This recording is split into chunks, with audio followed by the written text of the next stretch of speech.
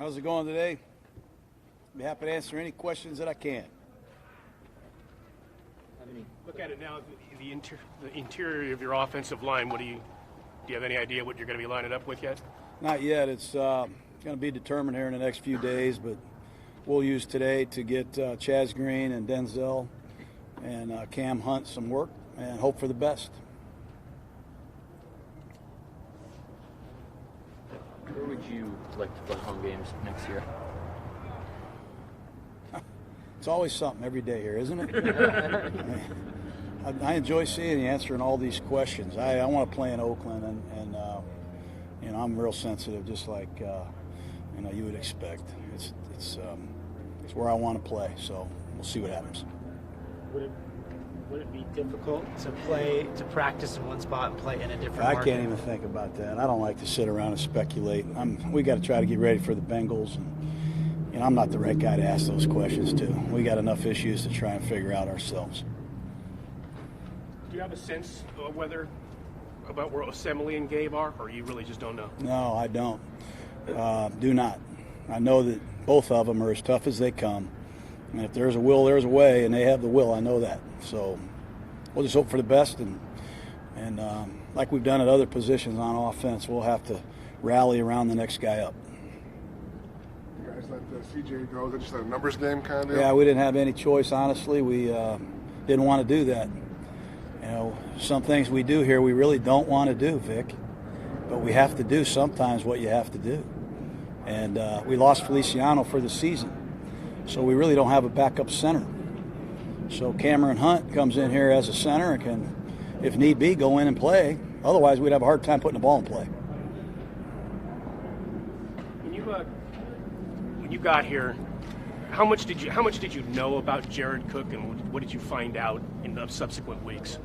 I mean, I know Cook just because I've been close to the game a long time. He's a good pass receiver at college. I saw him play South Carolina. I knew what he was coming out. Saw him in Tennessee and Green Bay. And as a Ram, broadcasted his games. He's a unique talent. He had a big year here last year.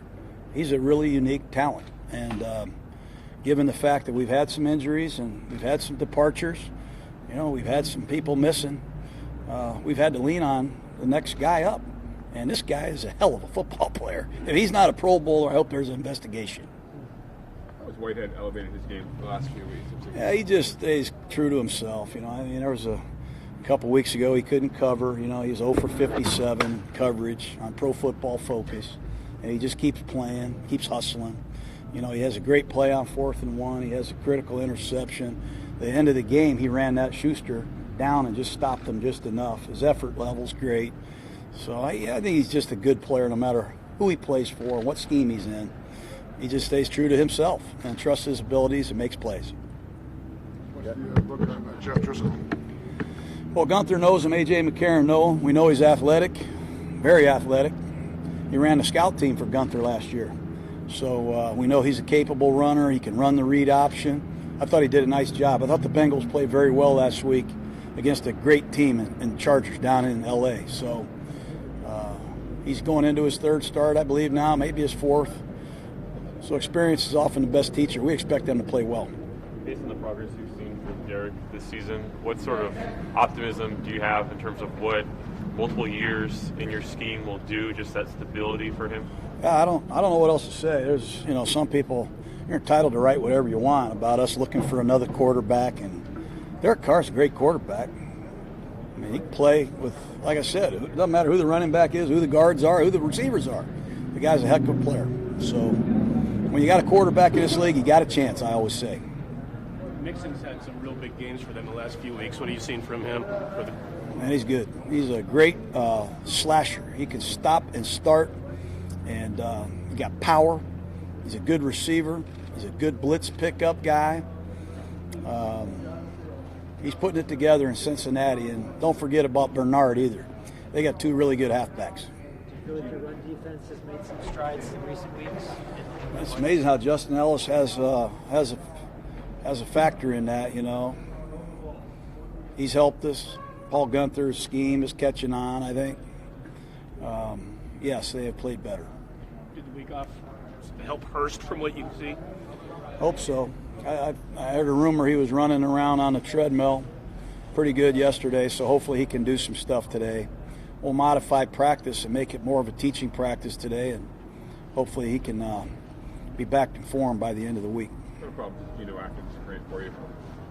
He's what you're looking for as a 3 technique. He's a power guy, a little bit different than Warren Sapp and some of the guys I've been around, but he's got incredible power, and when he unleashes it, you feel it. He's also got the ability, I think, to get on the edge and beat you with speed. That's a combination that is tough to go up against.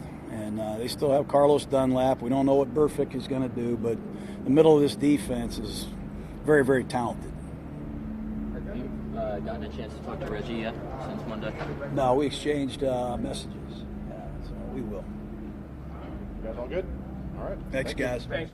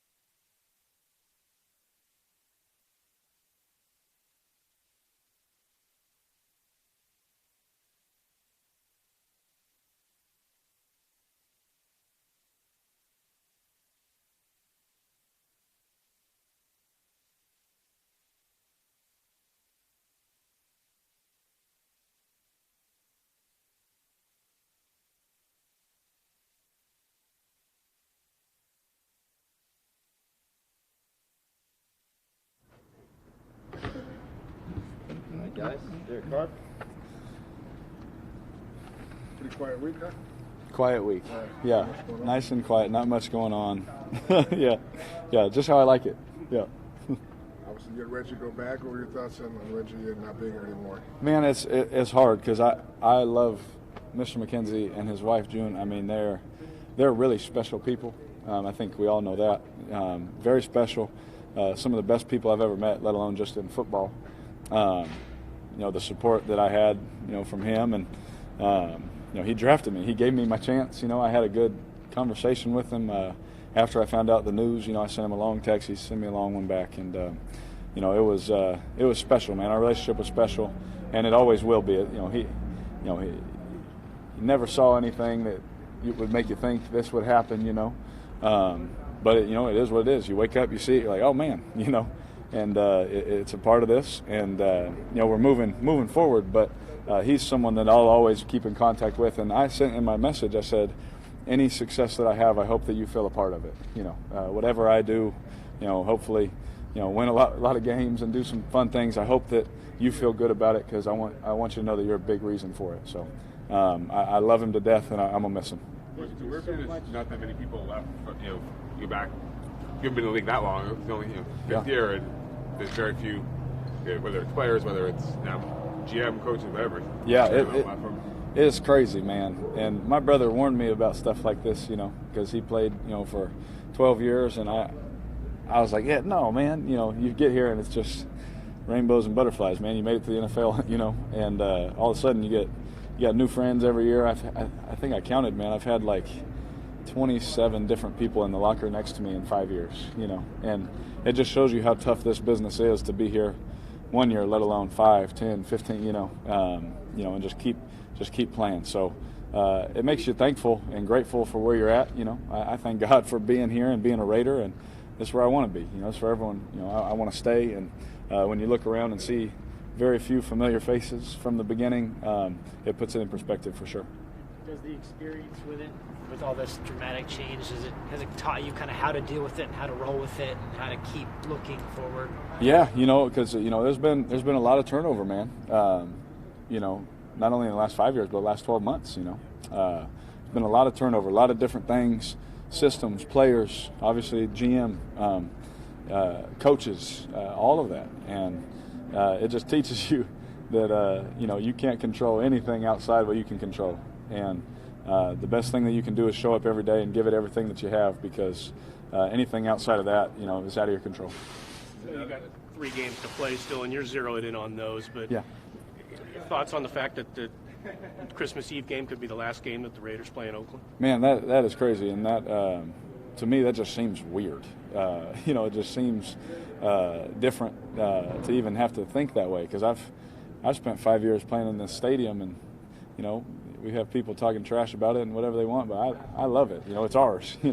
And it's been fun. The fact that it could be the last is crazy. But when that time comes, we'll enjoy it. When it comes. How do you just sort of approach the uncertainty or the difficulty of not knowing exactly where you'll be playing games next season? It's kind of like when you're leaving college. You don't know where you're going to be. Good thing is you have experience. You know what team you're going to be on. Who your coach is going to be. You know the system already, but just where you're going to play your games, your home games. That's just weird. And it's nothing anyone wants to go through. But there's no book on how to do this. I'll figure it out the best way that I can, day by day. Speaking of uncertainty, you lose Feliciano. Kalechi's got the toe. Gabe's hurt. Yep. John says he doesn't know who's going to be at the guard spots. Yeah. How challenging is that going to be this week to put that together? It'll be very challenging, especially against a good defense. The front. Obviously, we know they got good players, and it just is what it is this year. Guys are hurt. Guys are getting leaving the building and getting new guys in, and it's next man up. But just the mentality that Coach Gruden and I have together is just, however it unfolds, man, we're going to go give Cincinnati our best shot. Feliciano looked after the game in the locker room like he was hurting, and John had talked Monday about how incredible it was that both he and Gabe finished the game. Is that something in the huddle you could see how those guys were fighting through it? Absolutely.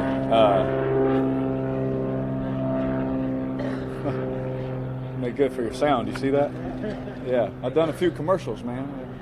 I know the sound guys don't like planes. I could definitely see it. At one time, I told Gabe we had one timeout left, and I said, "Bro, I'll call the timeout." He's laying there. It's hard for him to get up. I said, "I'll call the timeout, man. Just get up. We can't lose you, And he goes, "No," and just runs back to the huddle. I said, "Okay." He's so selfless. He didn't want to waste the timeout on him, And John, same thing. You see him on the last play, can't even put pressure on his leg. I believe it was his right leg. And then he's still blocking. And then after the touchdown, you see him try and put pressure. He can't, and he just waves. He can't even put pressure on his leg, and he's out there fighting, on a game-winning touchdown. And those are the kind of people you can win with. Those guys are my brothers. I love them to death. And it's sad that John got hurt, Gabe's hurt, but hopefully Gabe will be able to play. John won't be able to play anymore, and that stinks. But hopefully we'll get him back. When you go back to the last game, I don't know if you believe in zones or being locked in or anything like that, but did you feel at the time that you could make any throw, that it was just going as good as it could go? I think that's the problem. Is I think that all the time, and sometimes it doesn't work out. I didn't play any less aggressive. On some balls I've thrown that didn't end up good.